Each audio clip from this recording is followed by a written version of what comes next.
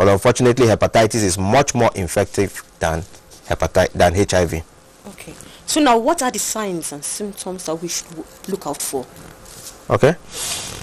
In the early stages, or when there is an acute infection, which means infections that just started, the patients may present with fever, abdominal discomfort or pain. They could feel like vomiting, what we call nausea, or there could be vomiting. There is generalized weakness and then yellowness of the eyes, which we call jaundice. These are features of acute infections. Most people will end up clearing the infection, and then a few will be unable to do that. They will recover from the infection and become asymptomatic. So later in life, most people that have chronic hepatitis are usually asymptomatic, meaning they don't have any symptoms.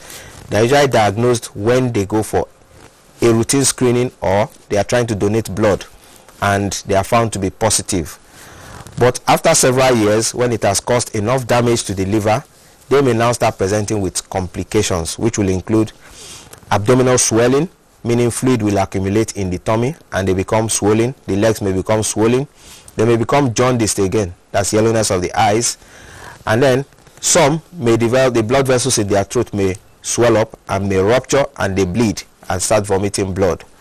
For some others, they could have abdominal pain, and then some, because the liver is not performing optimally, the toxins that the liver is supposed to clear from the system accumulate in the blood and get into the brain, and they develop what we call encephalopathy, and they start behaving abnormally, sleeping profusely, may develop seizures, may become unconscious, and could die from it. So these are the symptoms, but we don't want people to get to this stage because it becomes difficult to treat.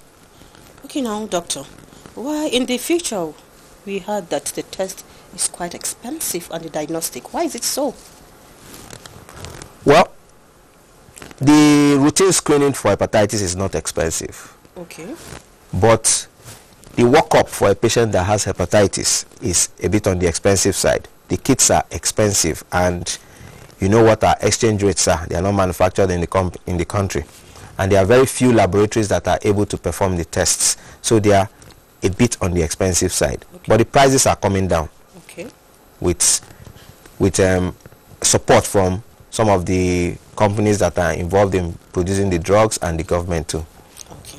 So, do you think Nigerians can make a headway in hepatitis, considering that the high cost of treatment? Yes. Treatments were much more expensive previously. Okay.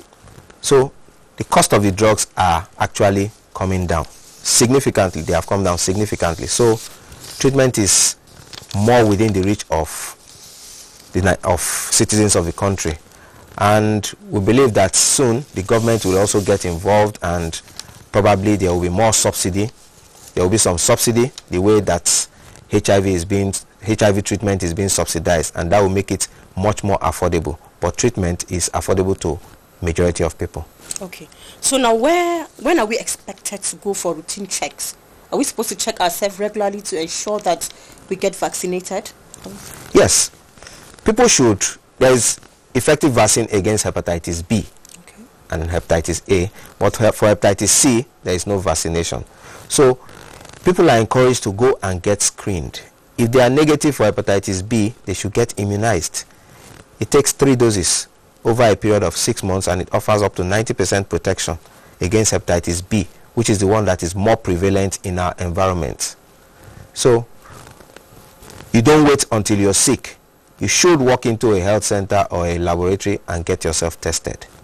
So now what is the government doing to ensure that all citizens of Nigeria are being immunized so that we can have free, hepatitis in Nigeria? Well, for now, the free immunization is meant for children. Okay.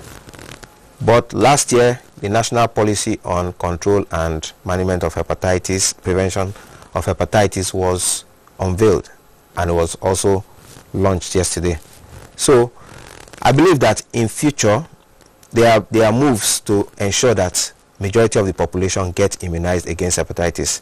In fact, this year the theme of the World Hepatitis Day is elimination, and the World Health Organization is aiming to see how it could eliminate this scourge by the year 2030. and immunization is a major part of this strategy. In the future we just watched, it is believed that most Nigerians are not aware of this virus. Yes, that's true. Yes. So now what are you doing to ensure that everyone is enlightened so that we can go and get ourselves screened? Yes. And get immunized? Okay. A lot of public awareness programs are going on now. Since 2010, when the World Hepatitis Day was started, was launched by the WHO, each year public awareness programs, television shows, radio broadcasts, booklets, handbills are organized in July and some other times during the year to enlighten the public. And I'm sure you will agree with me that between 2010 and now, the awareness has really increased. I know how many people walk into the hospitals to go and get tested. I know how many more patients I'm getting in my clinic, much more than it was before. So the awareness is gradually increasing, and the Society of Gastroenterology and Hepatology is doing a great deal in promoting awareness of this scourge and the management. So I believe that in the nearest future, almost everybody in the country will be aware of hepatitis and would have been screened one way or the other at some point. Okay. Although you have said, you have told us the signs and symptoms of hepatitis, but it is believed that they have the same symptoms with HIV and AIDS. Now, with the common man on the street, how will he be able to know? Is it just by going to the hospital to get themselves screened or tested? As I said, majority of people that have chronic hepatitis do not have any symptoms. So the only way they will know is by getting tested. That's the only way? Yes. By the time symptoms start appearing, then it has become complicated and it's getting late for treatment and becomes much more difficult to manage. Okay. So you are encouraged to go and get screened and tested. So by the time it becomes more complicated, will the person, is there any chances of survival? If you do, but not everybody. By the time a patient develops a liver cancer or liver cirrhosis, the treatment in the advanced stage is either a liver transplant, basically a liver transplant. If it's a liver cancer, if it's advanced, there's not much that you can do. Most of them do not last long. So we do not want anybody to get there. With treatment, the person should not get there. So doctor, is there any other thing you need to advise our viewers on this ailment? Well, basically, people should live a healthy life, avoid risky behavior. By risky behavior, I mean not engaging in indiscriminate sexual activity. Should stick to your partner and, if possible, use protection. People should avoid sharing sharps with other people that they do not know. People should avoid sharing toothbrushes.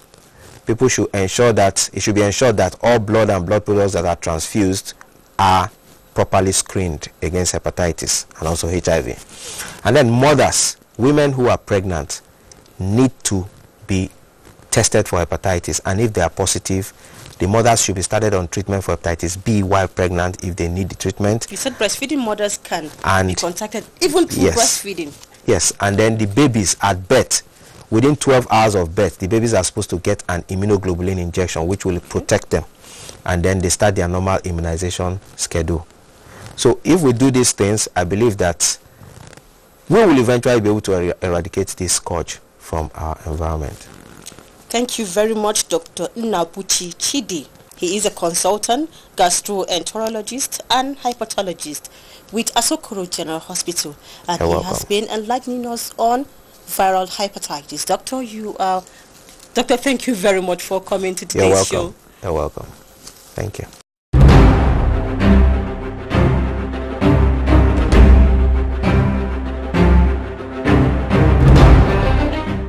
Well, you've heard it, and you are now aware that viral hepatitis can kill faster than HIV and AIDS.